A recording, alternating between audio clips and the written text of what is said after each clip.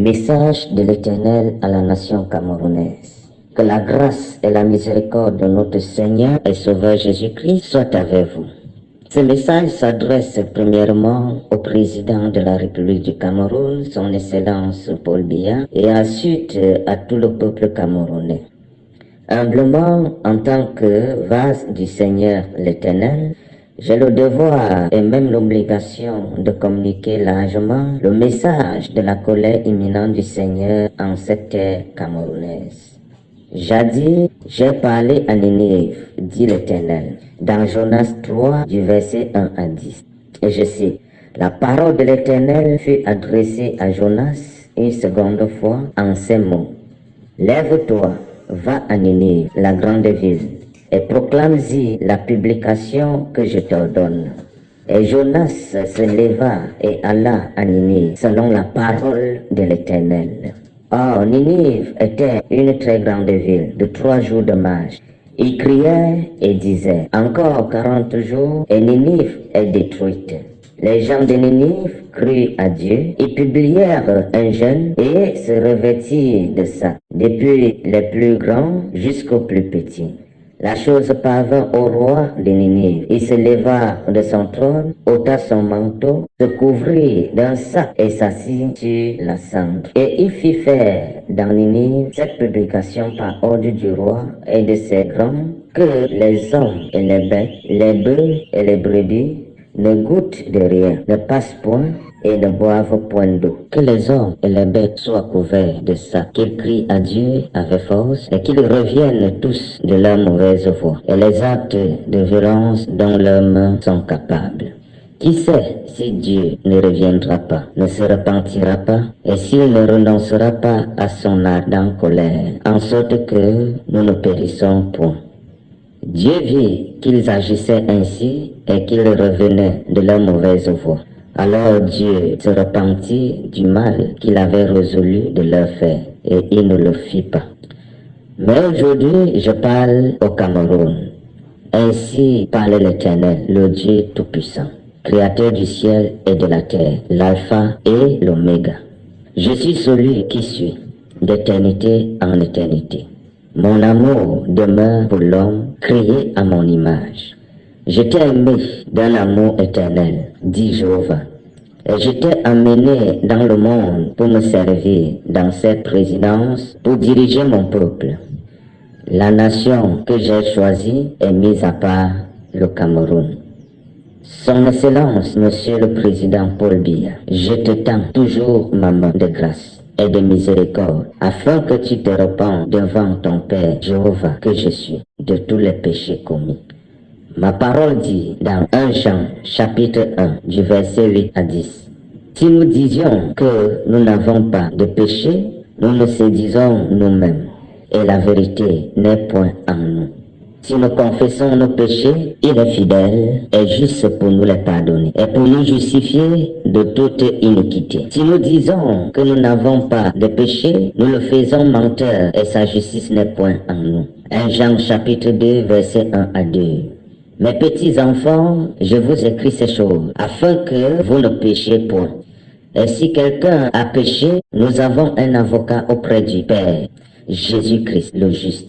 Il est lui-même une victime expiatoire pour nos péchés, non seulement pour les nôtres, mais aussi pour ceux du monde entier. Certes, tu as fait de bonnes choses, Monsieur le Président, mais je t'invite à réparer ton derrière, dit l'Éternel. Réconcilie-toi avec tous, même tes ennemis si possible, et pardonne à tous, comme moi-même l'Éternel Dieu, je te pardonne, et que mon Fils Jésus-Christ te lave par son précieux sang. Tu ne sais ni l'heure, ni le jour où mon Fils Jésus-Christ te demandera des comptes par rapport à ton travail sur la terre. Je t'ai accompagné dans tes différents défis, tes différentes responsabilités et dans tes différentes victoires face à tes ennemis. J'ai commencé, je dois continuer et finir. D'où je t'accorde l'opportunité de te repentir ainsi que toute ta maison, ton gouvernement et tout ton peuple. J'ai choisi le Cameroun, nation bénie, pour établir mon réveil mondial. Je ne mettrai pas dehors ceux qui viennent à moi, car les jours sont mauvais dans le monde, en Afrique, dans les nations. Et tout ceci dans le but de préparer l'avènement du Fils de l'homme. Actes chapitre 2, verset 21. Alors quiconque invoquera le nom du Seigneur sera sauvé. Jean chapitre 6, verset 35 à 39. Jésus leur dit, je suis le pain de vie. Celui qui vient à moi n'aura jamais faim, et celui qui croit en moi n'aura jamais soif. Mais je vous le dis, vous m'avez vu, et vous ne croyez point. Tout ce que le Père me donne viendront à moi, et je ne mettrai pas dehors celui qui vient à moi. Car je suis descendu du ciel pour faire, non ma volonté, mais la volonté de celui qui m'a envoyé. Or, la volonté de celui qui m'a envoyé, c'est que je ne perde rien de tout ce qu'il m'a donné, mais que je le ressuscite au dernier jour. Voici l'objet donc de ma colère. Ainsi parle l'Éternel, Dieu de Moïse. Mon peuple m'a abandonné pour adorer les idoles, à savoir la religion, la tradition, les sectes pernicieuses, l'amour des choses du monde. Le Dieu de Mammon a pris place dans les cœurs. Le Dieu de moi, la méchanceté, la haine des choses divines, le blasphème contre le Saint-Esprit, les meurtres, les divisions, le mépris de tout ce qui concerne la mort de mon fils Jésus, les guerres, l'hypocrisie, l'orgueil et la magie. Voilà des choses qui provoquent ma colère sur vous, peuple camerounais.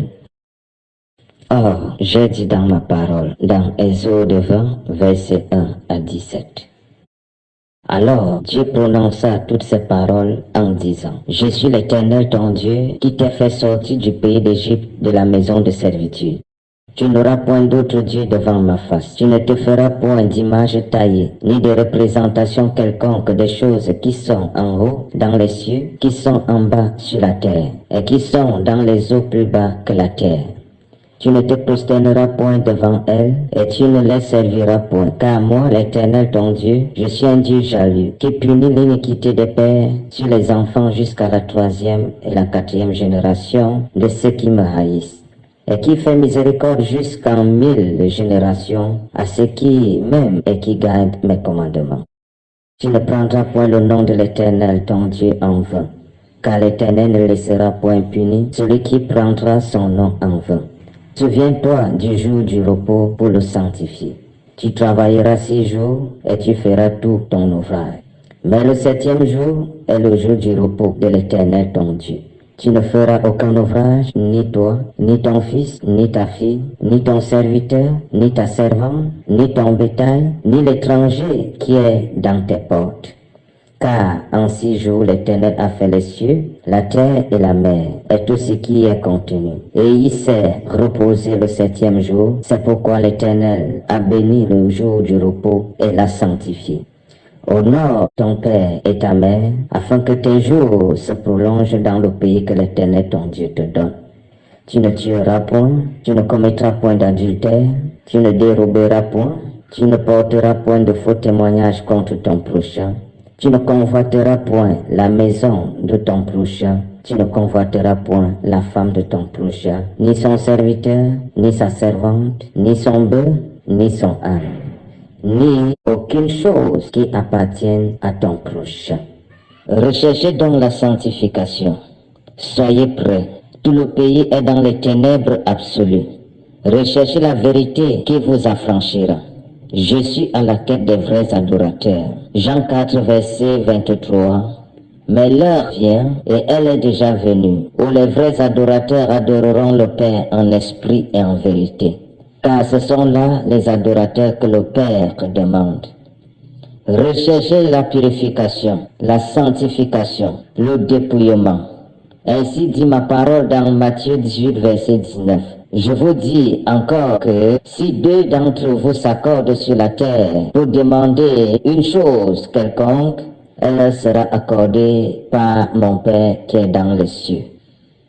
Ainsi parle l'Éternel. Que toute la gloire revienne à Jésus-Christ.